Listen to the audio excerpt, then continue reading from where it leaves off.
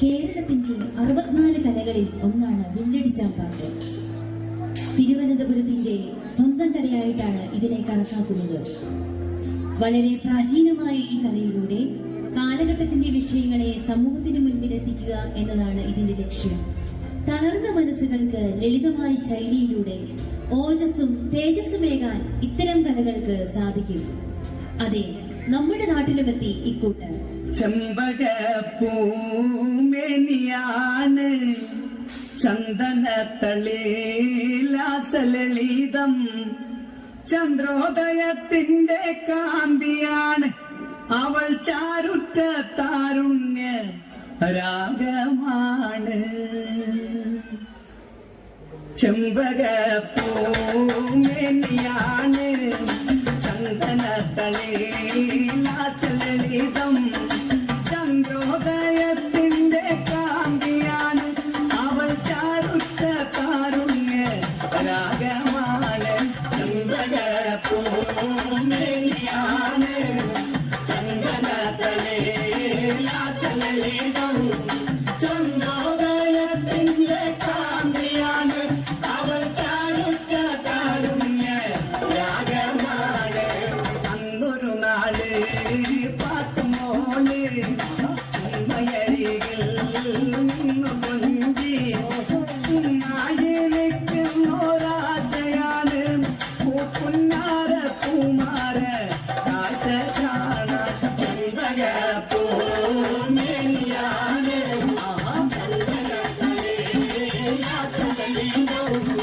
ചന്ദ്രോദയത്തിന്റെ കാന്തിയാണ് അവൾ, ചാരുറ്റ താരുണ്യ രാഗമാണ്. അന്നൊരു നാള് പാത്തുമോള് ഉമ്മയരികിൽ കൊഞ്ചി നിൽക്കുന്നൊരാശയാണ് പൂപ്പുന്നാര പൂമാര കാഴ്ച കാണാൻ.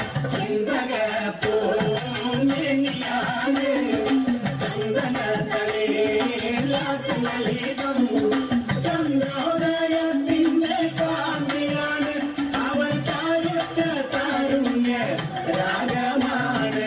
അന്നു ശങ്കരൻ കാനനത്തിൽ അവതരിച്ചൊരു വൃക്ഷമായി, 1000 കോലോളം ഉയരമുണ്ട്, പിന്നെ 60 കോലോളം വണ്ണവുമുണ്ട്.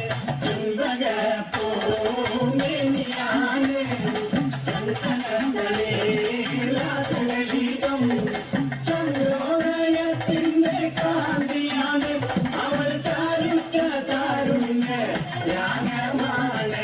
അന്നു ശങ്കരൻ കാനനത്തിൽ അവതരിച്ചൊരു വൃക്ഷമായി, 1000 കോലോളം ഉയരമുണ്ട്, പിന്നെ 60 കോലോളം വണ്ണവുമുണ്ട്.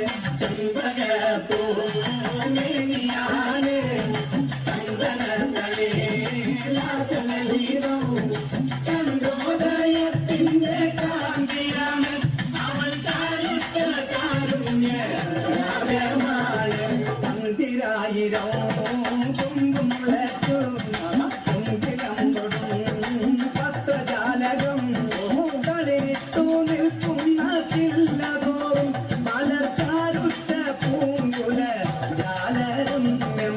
ചെമ്പകപ്പൂമേനിയാണ് ചന്ദനത്തളിലാസലളിതം, ചന്ദ്രോദയത്തിന്റെ കാന്തിയാണ് അവൾ, ചാരുറ്റ താരുണ്യ രാഗമാണ്.